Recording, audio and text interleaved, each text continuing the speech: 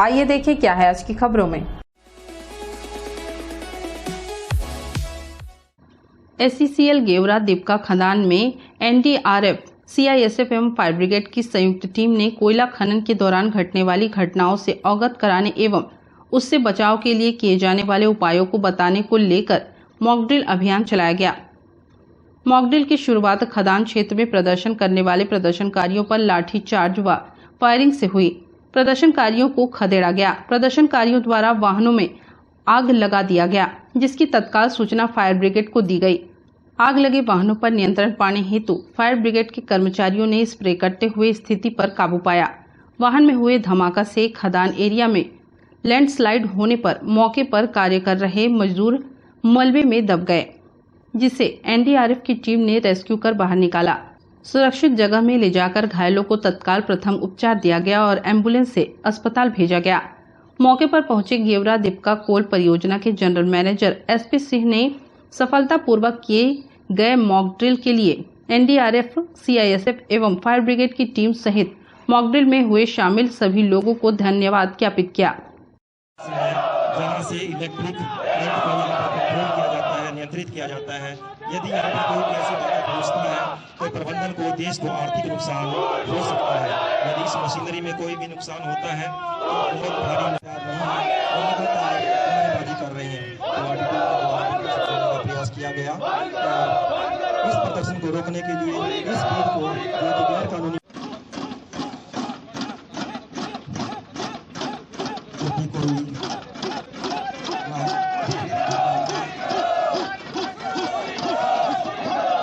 लाठी पार्टी के द्वारा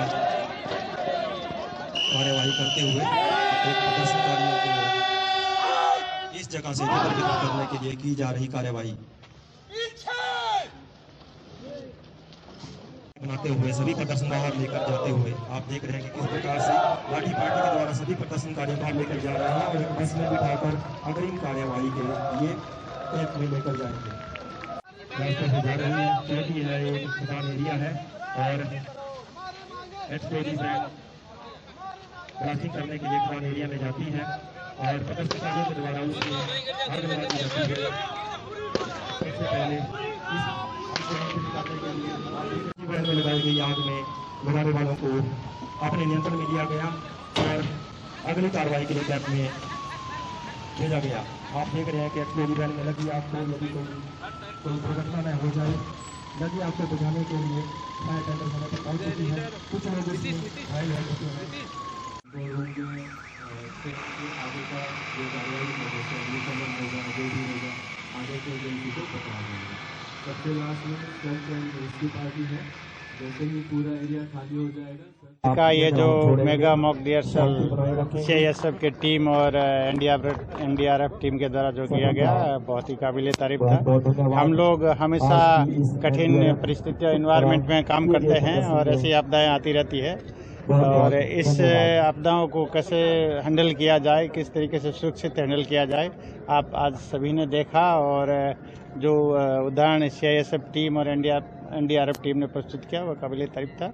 इसलिए मैं इनके और हम लोग पूरे आश्वस्त हैं कि आने वाले फ्यूचर में कभी भी कोई भी इस जोखिम भरे में हम लोग जो काम करते हैं हम लोग अपने आप को सुरक्षित बनेंगे क्योंकि हमारे पास ऐसी एक्सपर्ट टीम है। Thank you. नमस्ते कोरबा न्यूज के लिए अजय अग्रवाल के साथ संतोष अग्रवाल की रिपोर्ट।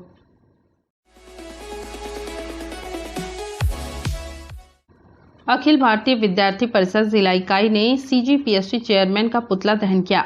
अखिल भारतीय विद्यार्थी परिषद के जिला संयोजक सन्नी यादव ने बताया कि छत्तीसगढ़ PSC में कथित कांग्रेसी नेताओं, अधिकारियों और रसूख वाले लोगों के पुत्र पुत्रियों एवं रिश्तेदारों के चयनित नतीजों ने प्रदेश के आम योग्य युवाओं को गहरा आघात पहुंचाया है। इसमें PSC चेयरमैन टामन सिंह सोनवानी के परिवार के 3 सदस्यों का भी चयन हुआ है, जिससे PSC के अभ्यर्थी काफी आक्रोशित हैं। अखिल भारतीय विद्यार्थी परिषद हमेशा छात्र हित के लिए लड़ाई लड़ती है, इस बार भी लड़ेगी। आने वाले समय में विद्यार्थी परिषद कलेक्टर के माध्यम से राज्यपाल के नाम ज्ञापन सौंपेगी तथा PSC परीक्षा परिणामों में रोक लगाने और उत्तर पुस्तिका की पुनः जांच की मांग करेगी।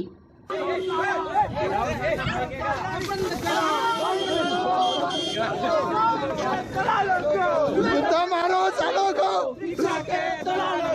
जूता मारो सालों को। अभी 2021 में हुए सीजीपीएससी परीक्षा परिणाम 11 मई 2023 को घोषित हुए, जिसमें टॉप 20 में पूरे घोटालेबाजी है। इसमें साफ नजर आता है कि अधिकारी, कर्मचारी और नेताओं के पुत्री, किसी परिवार के भाई बहन, कहीं बेटी दमाद, ऐसा करके ये इत्तेफाक है, ऐसा रिजल्ट आया। इसलिए हमने सीजीपीएससी चेयरमैन दामन सिंह सोनवानी का पुतला दहन किया।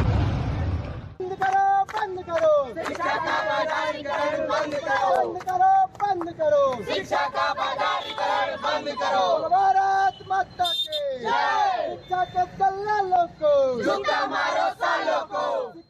नमस्ते कोरबा न्यूज के लिए संतोष अग्रवाल के साथ रामकुमार यादव की रिपोर्ट।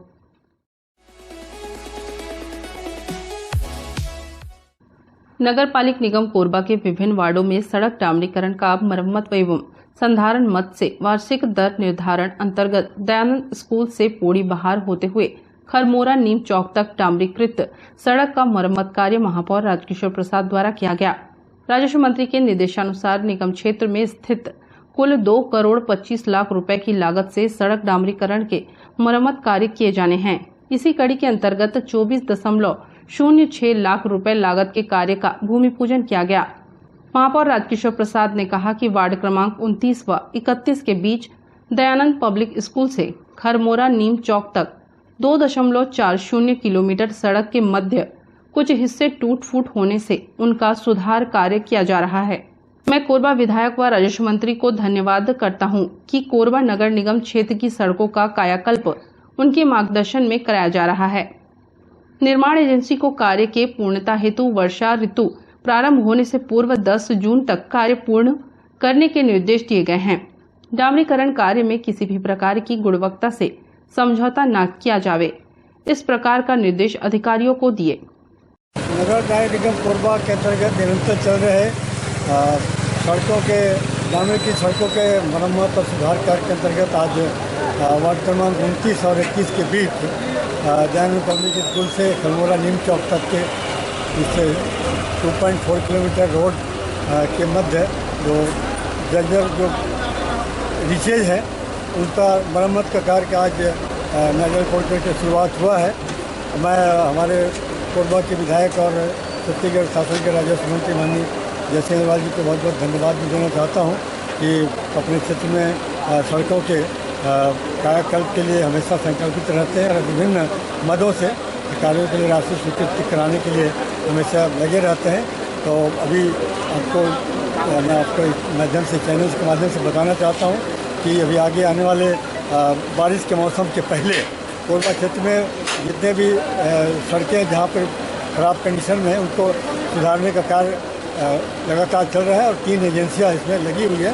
तो हम निरंतर रोडों के सुधार में हमेशा कार्य करने पे लगे हुए हैं और हमारे साथ सभापति महोदय के साथ साथ सभी मेयर एंड काउंसिल के साथी भी हैं और इस वार्ड के पार्षद भी हैं। तो सभी के साथ हम काम को बहुत तेज़ी से करने का प्रयास कर रहे हैं।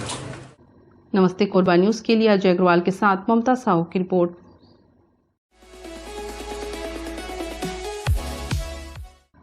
बिलासपुर से कोरबा आ रही तेज रफ्तार कार कसनिया नर्सरी के अंधे मोड़ के पास अनियंत्रित होकर पलट गई। इस घटना में कार में सवार 5 लोगों में से एक महिला समेत 2 लोगों को गंभीर चोट आई है। जहां कार पलटी वहां एक गहरा कुआं था। कार कुएं में जाते जाते बची। घटना की सूचना मिलते ही कटघोरा पुलिस ने मौके पर पहुंचकर घायलों को अस्पताल पहुंचाया।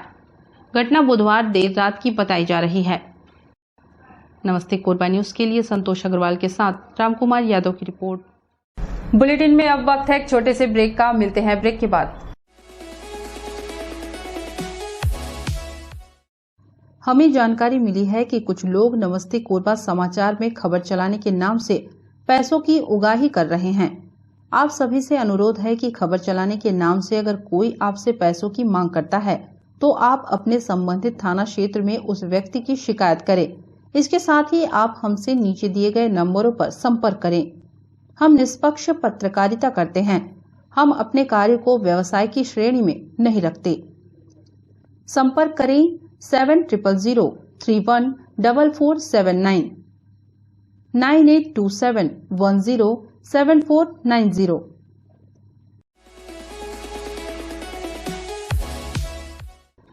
जिले में पड़ रही भीषण गर्मी से लोग परेशान हो गए हैं। 42 डिग्री से ऊपर का तापमान शहर में है, जिससे दोपहर के समय सड़कों पर गिनती के लोग नजर आ रहे हैं। जिन्हें बहुत आवश्यक काम है वही घर से बाहर निकल रहे हैं। ऐसे में लोगों को अगर ठंडा पानी या मीठा शरबत मिल जाए तो शरबत पिलाने वालों के लिए दुआ ही निकलती है। ट्रांसपोर्ट नगर स्थित कांग्रेस कार्यालय के समीप राजस्व मंत्री जय सिंह अग्रवाल द्वारा शीतल शरबत मंदिर का संचालन करते हुए इस भीषण गर्मी में लोगों को शीतल शरबत पिलाया जा रहा है, जिसमें बड़ी संख्या में उक्त मार्ग से आवागमन करने वाले आमजन रुककर शरबत पीकर अपनी प्यास बुझा रहे हैं और राजस्व मंत्री द्वारा किए जा रहे इस नेक कार्य की मुक्त कंठ से प्रशंसा कर रहे हैं। आपको बता दें कि राजस्व मंत्री विगत कई वर्षों से शीतल शरबत मंदिर के माध्यम से लोगों की सेवा कर रहे हैं। शहर में कांग्रेस कार्यालय के साथ ही कोसाबाड़ी क्षेत्र में शांति हीरो शोरूम के समीप एवं शहर में विभिन्न बाजारों के पास एक 4 पहिया वाहन के माध्यम से यह नेक कार्य किया जा रहा है। नमस्ते कोरबा न्यूज के लिए अजय अग्रवाल के साथ संतोष अग्रवाल की रिपोर्ट।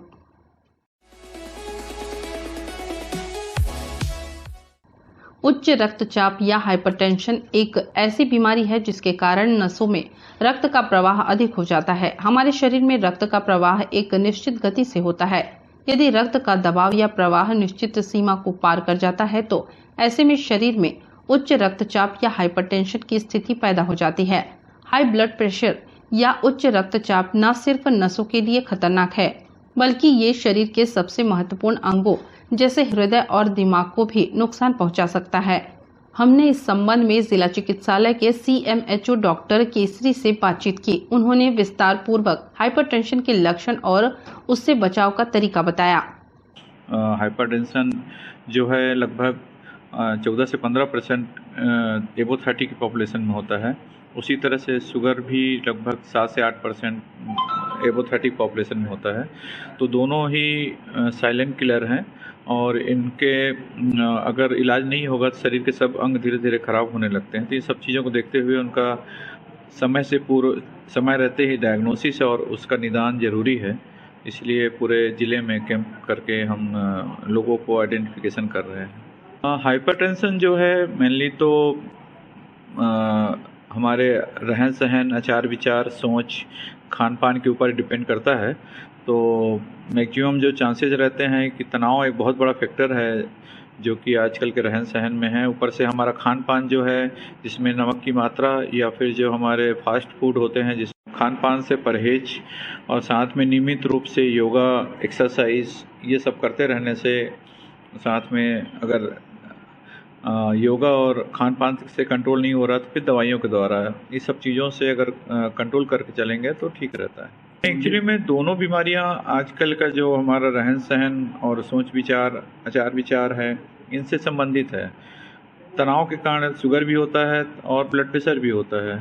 तो आप देखेंगे कि जैसे मैं बताया कि लगभग 14-15% हाइपरटेंशन के मरीज और 7-8% डायबिटीज़ के मरीज हमारे पॉपुलेशन में जो 30 साल से ऊपर के लोग हैं उनको है। यानी काफ़ी मात्रा में ये बीमारियां हैं। अगर थोड़ा सा रफ बात करें तो 10 में से एक आदमी को बीपी या शुगर ज़रूर हो जाता है। तो इस तरह से एक कॉमन बीमारी है और इसलिए दोनों को पहचानना और इलाज करना ज़रूरी है। दोनों का एक साथ होना जरूरी नहीं रहता, लेकिन चूंकि रीजन एक जैसा है इसलिए हो सकता है दोनों भी रहे साथ में। देखिए हाइपरटेंशन जहाँ तक है उसमें अगर बढ़ा हुआ रहेगा तो सिर दर्द होता है। तो और उसके बाद फिर कॉम्प्लिकेशन जो होते हैं दूसरे अंगों के, जैसे आँख में परेशानी होना या नाक से ब्लीडिंग होना या किडनी खराब होना, ये थोड़ा लेट स्टेज होता है। तो इसीलिए हम लोग ये जो जांच करवा रहे हैं 30 साल के ऊपर के सभी लोगों को, हमारे जितने अस्पताल होते हैं उसमें हमारा एक NCD प्रोग्राम होता है, नॉन कम्युनिकेबल डिसीज़ प्रोग्राम, जिसके तहत हम लोग 5 बीमारियां, ब्लड प्रेशर, शुगर और एक कैंसर में ओरल कैंसर और ब्रेस्ट कैंसर महिलाओं में और एक सर्वाइकल गर्भाशय का ग्रीवा का जो कैंसर होता है उसका जो रहता है, तो वो तीनों का जांच किया जाता है। तो इसमें क्या है कि चूँकि ये कॉमन बीमारी है, इसलिए सरकार ने सभी सरकारी संस्थाओं में इनकी जांच की व्यवस्था की हुई है। और ब्लड प्रेशर तो चूँकि लक्षण अगर आए, यानी वो थोड़ा लेट स्टेज में आता है लक्षण आना, तो हम उनको एक कॉमन टेस्ट करते हैं जिसमें 30 साल के ऊपर के सभी लोगों को साल में एक बार पूरी पॉपुलेशन को हम जांच कराते हैं ब्लड प्रेशर के लिए और शुगर के लिए जांच कराते हैं। नमस्ते कोरबा न्यूज़ के लिए अजय अग्रवाल के साथ रामकुमार यादव की रिपोर्ट।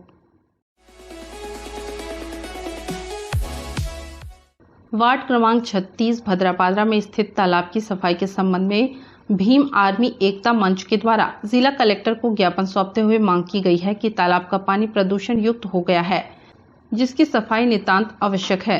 तालाब की सफाई हो जाने से आसपास के लोग इसका उपयोग कर सकते हैं। एकता मंच के सदस्यों ने बताया कि तालाब से लगा हुआ एक व्यक्ति का खेत है। वह व्यक्ति तालाब की सफाई नहीं करने दे रहा है, जिसकी वजह से तालाब का पानी किसी के काम नहीं आ रहा है। हमारे द्वारा ज्ञापन के माध्यम से इस पर उचित कार्रवाई की मांग की गई है। ये गणेश नगर भद्रापारा का है। वहाँ जो तालाब है बहुत गंदा हो चुका है। उसमें से जो पानी बदबू आ रहा है, उसे अगर साफ नहीं कराया जाए तो बीमारी फैल सकता है ना। अब बहुत दिनों से इन लोग प्रयास में लगे हुए हैं, तो निवेदन है कि उसको जल्द से जल्द सफाई करवाएं और उनके पारा मोहल्ला का जो समस्या है उसका समाधान करवाएं। 20 वर्ष हो गया उस तालाब में पानी को इकट्ठा हुए और कीटाणु अलग है, और पारा मोहल्ले में जो आसपास के जो घर हैं तालाब के किनारे में, वो वहाँ संडास का पानी भी उसी से निकाल रहे हैं। नहाने का पानी भी, गंदा पानी जो घर का निकलता है वो वही निकाल रहे हैं। अब तालाब पूरा एकदम प्रदूषण युक्त हो चुका है, और अगर उसको लैब में टेस्ट किया जाए पूरा पानी गंदा है, मन नहाने या छूने लायक भी नहीं है, और मोहल्ले पूरा परेशान है बदबू से। और हम चाहते हैं कि उस तालाब का पानी निकासी हो, तालाब का सफाई हो, और इसलिए हम लोग ज्ञापन देने कलेक्टर के माध्यम से यहाँ आए हैं। और उसको जल्द से जल्द शासन प्रशासन से निवेदन है कि उस पर ध्यान दिया जाए।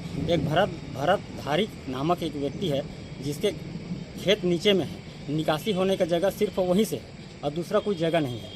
अब पानी जाने से उसका खेत खराब हो जाएगा, ऐसा तो नहीं है। सिर्फ पानी निकलेगा तालाब से और तो कुछ निकलेगा नहीं। वो वहीं सो गया था कि मेरा मरने के बाद यहाँ से आप निकलना करके पानी निकलेगा। हाँ, पानी निकलेगा करके। तो ये बार बार ऐसा हो रहा है, इससे हम परेशान हैं और पूरा मोहल्ले परेशान हैं। और मोहल्ले के पूरा 65 आदमी साइन करके हमको दिया है, तब हम इस जगह पे आए हैं।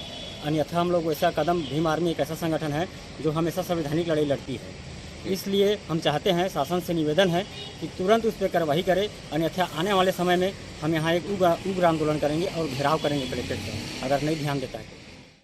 नमस्ते कोरबा न्यूज़ के लिए अजय अग्रवाल के साथ रामकुमार यादव की रिपोर्ट। न्यूज़ के इस बुलेटिन में बस इतना ही। न्यूज़ अपडेट के लिए जुड़े रहें हमारे YouTube channel, Facebook, Telegram, Instagram, Twitter को सब्सक्राइब, लाइक, कमेंट करना ना भूलें। नमस्कार।